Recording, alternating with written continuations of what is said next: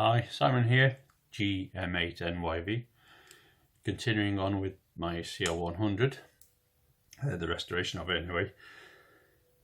I've done a little bit over the last week or so, not a great deal, but slowly progressing. Now then, I've got to a point where I'm trying to work out the best way to go from here. I'll move this camera so you can see what I've done so far. It looks like I've done more than it is, but I'll show you in a minute that it's not. I haven't done that much. Hang on. This is the RF board, which is just sitting in there at the moment, and so is the pass band switch.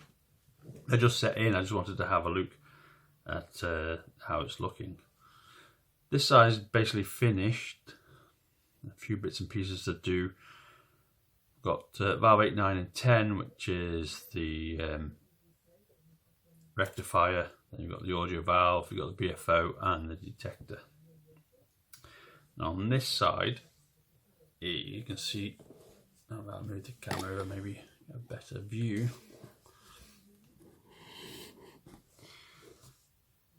This is the IF board. And its associated capacitors. And I was getting quite crowded in this little bit like this, so it would be very hard now to actually get in there. So I put these in just to get an idea of how to go about it. So this is just placed in. So this is the RF board. This is where the mode switch goes in. What about the mode switch? Turn it that way. I had this capacitor mounted in here. Now I had to move it out of the way to get the mode switch in. Same goes on the other side. This is the volume control, the low frequency gain. And my point is, the capacitors that will go in. Because those capacitors are mounted in there, it's just too long, so I'm going to have to, it's not a big deal, just undo the nuts, remove the capacitor, put it in, put the capacitor back. So a couple of pointers there that not everything fits in. Back to this side here, valve 7. Valve 7 has this little choke on it. And it's in series with the heater. Now the heater comes in to pin 6. Pin 6 isn't used, so no connection. So they're using it as just a tag, just to keep the as a support, and then this choke then onto pin 7 there. Right, the other one capacitor is this one here. Now then, the original capacitor is this 100 UF capacitor. It's a double ear type. I measured it is 100 UF and it looks okay, cleaned up, but I wonder if it's good enough at high voltage. Now on the drawing, this is connected between the anode of valve 7, which is the last IF amplifier. I'm looking at this upside down. This IC here, C85. So it's on the anode, and it goes off to one of the diodes connections in the demodulator. Now then, being on the anode is probably a fairly high voltage, so whether it's good enough, I can't test this at high voltage. It'd be a shame to put this in and find it breaks down when I've got it in, because it's going to be such a pain to get out. So I have a new one in here, brand new 100 UF, 100 PF at 500 volts. Now I bought these I had a similar problem with my FT101. It was in the between the driver stages and the PA stages, and it was breaking down, especially when it got warm. And the drive current was going up and up on its own, and even on receive it would start to pass DC. So it ended up damaging the output valves. So I replaced it, and this is one of the, I bought a few of them for that. So I replaced one of my FT101, which is now working. Bit of a pain to get to, it's well buried, and this would be the same as well, trying to get that out if it started to break down. Chances are it's probably fine, but let's not risk it. Right, so far,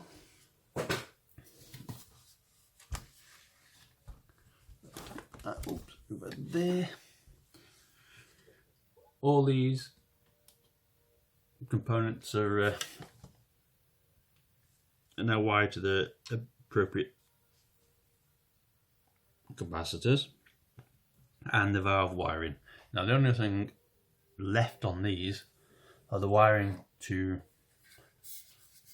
the IF cans, and they go underneath, so I need to lift this up now. Right, so my intention to lift it up, I was going to make a bit of wood or something, but I found a couple of old boots. I think these boots here, some old boots, seem to work fine. So my next thing, I'll sit it on there. Let's put up a bit more. Oops. And then I can get these underneath, and their wires will go through as such. Same in here. So that's how I'm going to go about. Otherwise I have to have it on the side. It's not so easy to work with it on the side. Right, this I haven't mounted yet. This is the volume control. I checked with the meter and moving it over the range.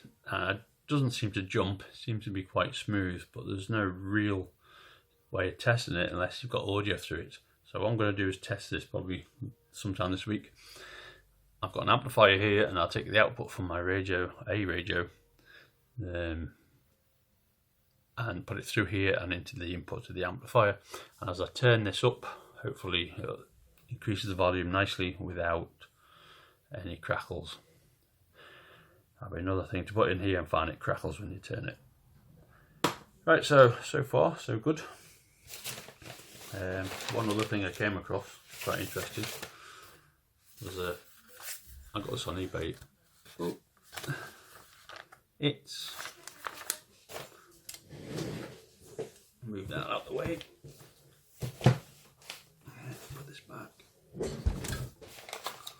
1986, practical wireless, and in it is a good little write-up by somebody called Chassis Miller of the CR100, and it gives a little write-up how it works and a few points and tips, so I'll give that a good read.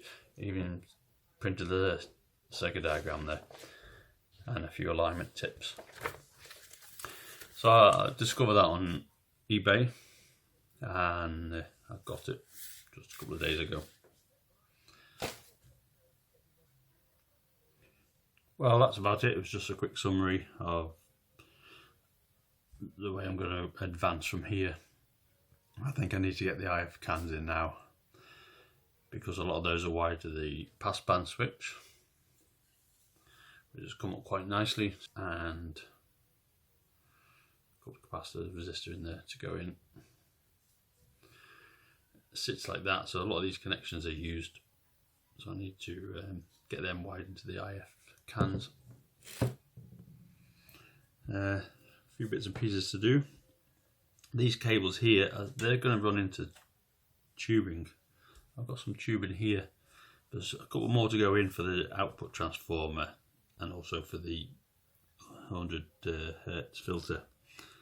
So that's still to be a few more cables to run in this little loom, and I'll put those inside the tube. So there we go. That's about as far as I've got this week, and hope you liked the video. Click like, and I'll see you next time. Bye bye. One more thing I forgot to mention I was going to do. This is IFT2. It contains a crystal filter, and I want to test the response of the filter. And this is IFT5, so they look the same. There's a crystal filter in that one. Now I'm going to use a VNA, nano VNA, produce a response curve of the filter, so I need to do that this week. I like to see if it's operating properly and get the exact frequency it's operating at. I know it did say it on the crystal, but we'll see. So that's about it. And I was looking on the internet. It's amazing how many pictures of CR100 you see popping up here and there. Now I've put a couple of pictures in that came from, it's a still from a scene in a movie, science fiction movie, 1961 science fiction movie called When the Earth Burned, or When the Earth Caught Fire, something like that. And in there's a picture of a CR100 on a bench, all the cast of this film. I've never seen the film. Sitting around this CR100, and there's also another receiver. It's quite a classic one. I can't remember what it is. I think there was a tank type receiver, but the two receivers are sitting together on a bench. So that's a 1961 film, science fiction film, and there's a few other pictures I've found. So I shall put that at the end of this video. Okay, thank you again, and catch you next time. Bye bye.